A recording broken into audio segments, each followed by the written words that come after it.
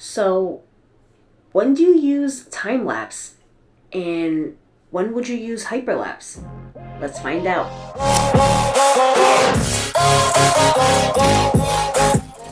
Welcome back to the channel. My name is Amy Sung, and please consider following me on Instagram. I would love to connect with you guys.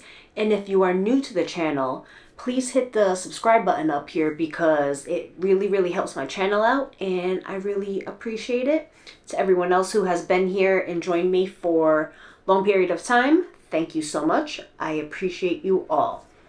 So, mostly everyone nowadays owns some sort of action cam of some sort. Whether it be a GoPro, DJI Osmo Action, the Action 2, Insta 360, the Insta 1. Pretty much any of them nowadays can do a time lapse or a hyperlapse. You can actually even do that on maybe your phone or a regular camera. But let's talk about it. When do you use time lapse and when do you use hyperlapse? Let's figure it out. Okay, so the first thing we're gonna do is do a time lapse because I'm recording this entire vlog on the Action 2, and there's a time lapse setting in the camera, but there's not a hyperlapse one, which I'm very surprised about because I know the Osmo Action and the GoPros all have them. I've never actually used Insta 1 or the Insta 360, but I'm sure we can figure it out. Let's do the time lapse first, and hopefully this works. I need to make sure that there's going to be some motion in the video, but I think we'll get it to work. All right, let's do it.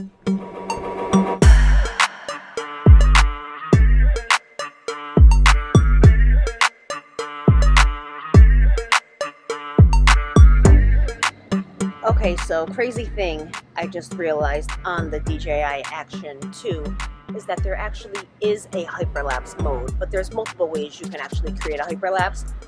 But the easiest way on the DJI Action 2 is you just click, swipe over between the photo, video, slow-mo, and time-lapse. Once you get on time-lapse, then at the top you can swipe and it'll be a choice between hyperlapse and time-lapse. So now I've chosen hyperlapse, and we're going to do it at ×5 because I'm actually going to go for a quick drive, and we'll see how it comes out. All right, let's go.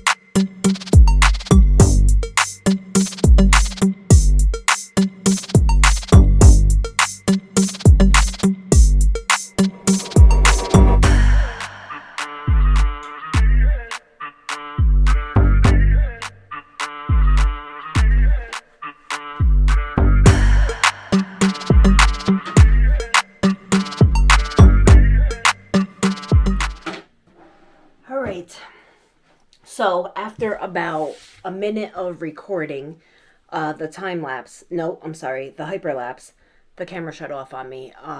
It's about 100 degrees outside, and that's one of the complaints of the Action 2 is that it overheats very quickly, and it did very quickly. So I was able to get a little bit of the hyperlapse, so I will show it to you. So now let's talk about it. When exactly should you use a time lapse and when should you use a hyperlapse?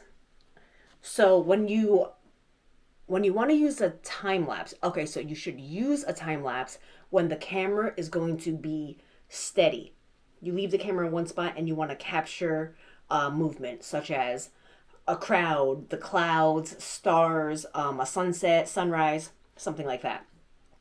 Now, when you want to do a hyperlapse, that's when you want to capture movement, but the camera is moving. So you're walking or you just want to show movement. So I did it with driving.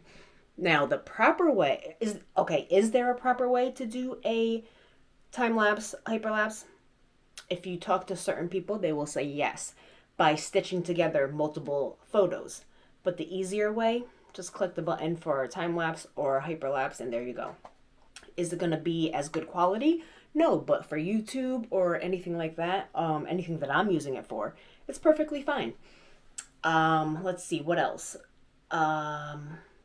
So if you want to capture more movement, like blurred lines, maybe light trails while you're doing a time lapse, you want to make sure you set the interval for a longer period of time. The longer you set it, the more blur you are going to get from the movement.